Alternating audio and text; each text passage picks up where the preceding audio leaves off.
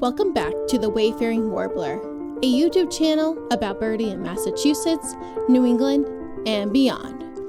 Hi everyone, welcome back to another episode. This weekend was so cold. I'll say that like 20 more times this episode. And also ended up, we were forecasted for the second half of Sunday to receive starting to get two feet of snow. So this weekend was cut quite short. I had to get a lot done in a short amount of time, and being in the single digits meant I couldn't really spend too much time outside. As you can see, I'm outside taking a walk right now, but I was pretty limited all weekend. So I went hunting for some rare birds in other counties in Massachusetts. I saw 3 of the 4 I was looking for, 2 of them very well, and I was excited to see that. And then I headed over to Essex County on Saturday afternoon, and then Sunday morning, where it wasn't too exciting, but got a few pictures, no new species to add to the list. But, I mean, maybe I'm still working on Sunday morning here, so maybe we'll get something. But I hope you enjoy, and I'll see you on the other side. I woke up before dawn in order to start my long drive. On my way, I would have passed Framingham anyway, so I decided to stop at Farm Pond, which had recently had sightings of redheads, which I've never seen before and are a rare species in Massachusetts. When I got there, the sun was bright because I had just risen. There was a lot of waterfowl in this pond, which was a good sign. However, because it was freezing up, the open water was all in the middle of the pond, so it wasn't really great looking, and with the glare, I didn't think I was going to get any pictures. However, upon later review that evening, I did discover a whole bunch of different species that I was able to make out within my pictures. I saw about 50 Canada geese, at least 18 mute swans, a bunch of ringneck ducks, hooded mergansers, common mergansers, a few different ring-billed gulls, and American herring gulls. But I'm pretty sure here it is quite apparent that I did capture some redheads. I believe the reports has been seeing at least 3 males and 1 female. And in my pictures here, I think I can identify at least 3 males. You can tell them by their rufous head. It's much browner than the ring-neck ducks they are alongside. Redheads winter along the Texas coast mostly. I mean, their northern range does bring them up pretty close to Massachusetts, but they spend their summers out west. So they're not really a east coast or northeast kind of duck. I then headed to Bolton, Massachusetts, seeking out 2 sandhill cranes that are returning this year and spend the winter here. Unfortunately, it was a strikeout at both of the locations they are typically seen at. From there, I headed to Fitchburg Municipal Airport in Fitchburg, Massachusetts.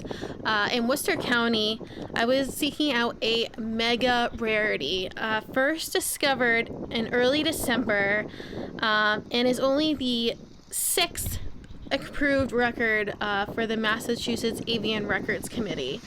They have been seen from 1979, 1991, 93, 2004, and 2020. So this 2026 bird makes the 6th chestnut-collared longspur in Massachusetts. These birds, their range is nowhere near Massachusetts. They are basically seen in the Midwest area, further west than the Great Lakes, and they are one of the smallest longspurs, and you can see the black patterning on its chest, how it sits low to the ground, and it was a very fascinating bird to watch. I wish I could have stayed longer with it, but it was so cold outside. I had to quickly take as much video and photo as possible, which was difficult with freezing cold hands. I then headed to my most anticipated stop on my trip, Groton Public Library, where I got to see some eruptive finches, some evening grosbeaks, which have been seen at Groton Public Library, a house next door, for a few weeks now, I think. Those first few grosbeaks were all female, and these brighter ones are males. I got a whole bunch of pictures despite it being really hard to take pictures and risking frostbite, but I wanted to share them all with you so you can enjoy them.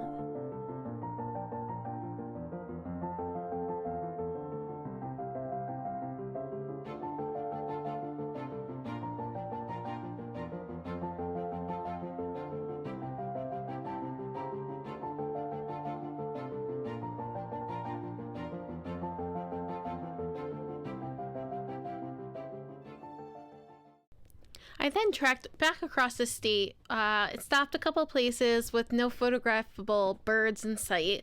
I did see some snowy owl spottings up on Hampton Beach in New Hampshire, so I made a quick jaunt to there, which is 10 minutes away from Salisbury Beach.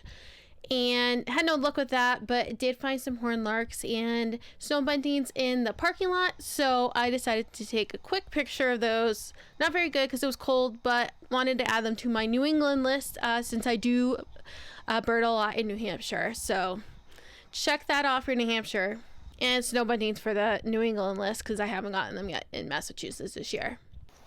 I then headed over to Plum Island, Parker River, of course, and decided to take a walk down the closed refuge road. They close the gravel road when it's really snowy, and I saw this white-throated sparrow, which was giving some great looks. I didn't know what this bird was at the time, but I later saw that it was an American tree sparrow, but I thought it was a really great picture on top of the railing. And then I saw some cedar waxwings, which are always gorgeous, and I had a little photo shoot with them. Some fun facts about cedar waxwings. They're common but irregular in any open wooded or brushy habitat. They usually fly in flocks, and a flock will come in and eat all the fruit in an area and then move on to the next area. I just saw these birds for the first time this past summer, and now I see them all the time. Hi everyone, we're currently at Ipswich River Mass Audubon Wildlife Sanctuary, and we're trying to see if I can get in some more stuff for this YouTube video before the snow hits. As most of the country is aware, it's been a huge storm weekend here, and we're expected to get like 2 feet of snow. The coastal part of eastern Massachusetts, especially the North Shore area. So I only have like a couple hours here before the snow hits, and I wanted to try getting a little more because, well, yesterday was eventful. Overall, there wasn't a ton of species since it was so cold and it was so hard to hold my camera, my phone. It's still, I think it was like 8 degrees when I was pulling in here, so it's still very cold. And we got our toe warmers, we got our multiple hand warmers within each glove. So we're trying to stay bundled while looking for anything I can capture here. On my GoPro, going get some footage of just the beauty, the winter beauty here.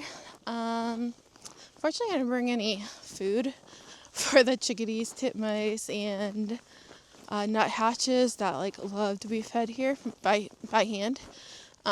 So they're all guilt tripping me like to the extreme, but I just didn't have time to deal with that. I had too many gloves on. It would just be impossible. So yeah, I have a guilty conscience, and they're making it really hard. But yeah, we're keeping an eye out, looking in the trees for any owls. Heading over to the swampy side of the sanctuary to see if I see anything different there. Got some chickadees staring at me right now. Oh, you can hear them. Good. Yeah, so I hope everyone stayed safe. This snowy weekend, you're watching this a few days later, of course, but yeah, I guess we'll see. I did come across this red squirrel. There are 3 types of squirrels in Massachusetts: the common eastern gray squirrel, the smaller red squirrel, and the nocturnal flying squirrel. I've seen all 3, and I tend to see these red squirrels at Ipswich River, and they're really adorable.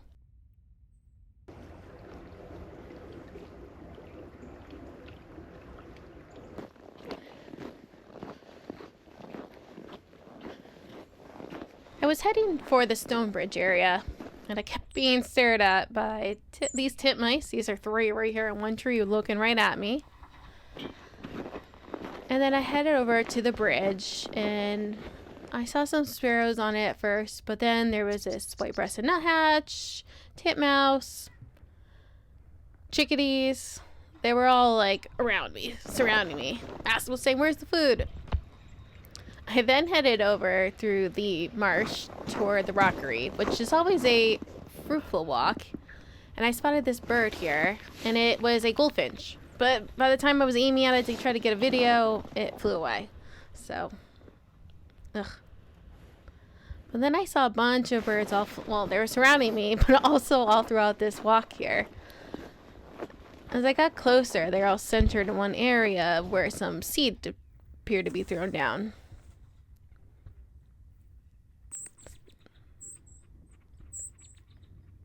We got blue jay, white-breasted nuthatch, some white-throated sparrows, cardinal. Oh, and we got to hear the white-throated sparrow sing. Then I headed over to cut across to the pond area. This downy woodpecker was making such a racket.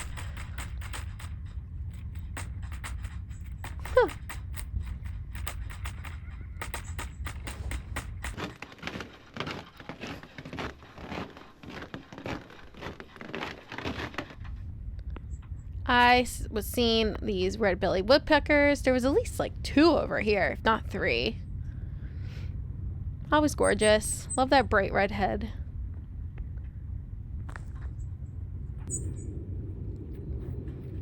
And then another great look at a white-throated sparrow.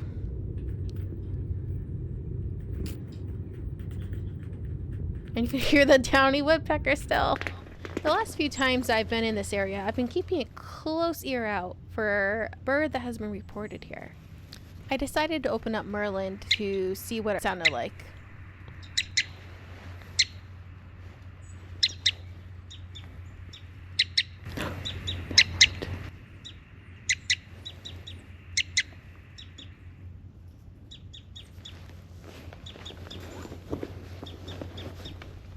To my absolute shock, it flew up and started calling back. So here's a rough video of it. But I was able to also get some shots later.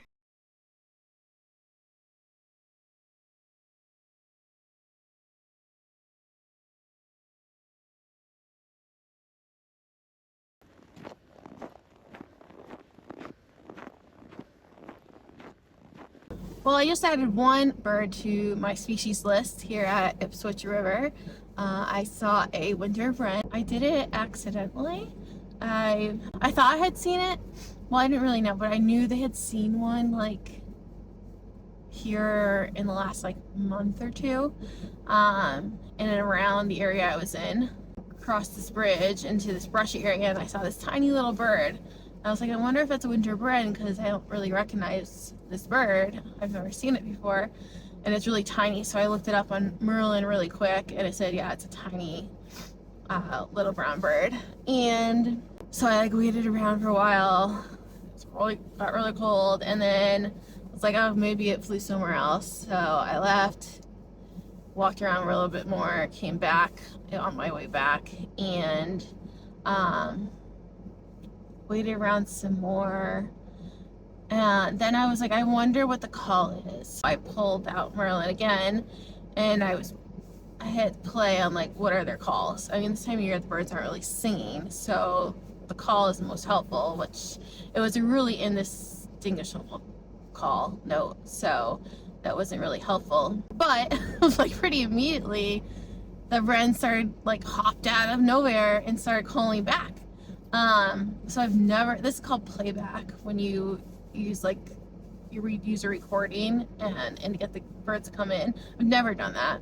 I do a lot of fishing, which depending on the bird, it can be successful. I mean, I pitched a owl once, but by mistake, like this wren came, like all of a sudden was like all excited, and so since I was working, because he really liked being in the brush, and he's so tiny that he kept hiding underneath stuff, so I used that to like lure him out a little bit. I got a video, which isn't very good, but I did get a few photos, so that's exciting. Can add that to my life list and my year list. Otherwise, yeah, I got harassed a lot by the birds who wanted food.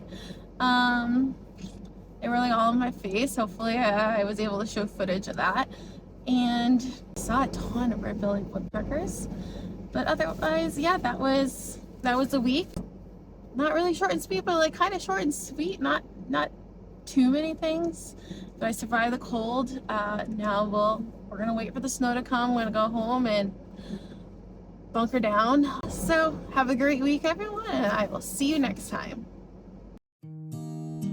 If you enjoyed wandering with me today, give this video a like, subscribe, and turn on notifications to keep following where the birds lead next. Thanks for watching. Until next time.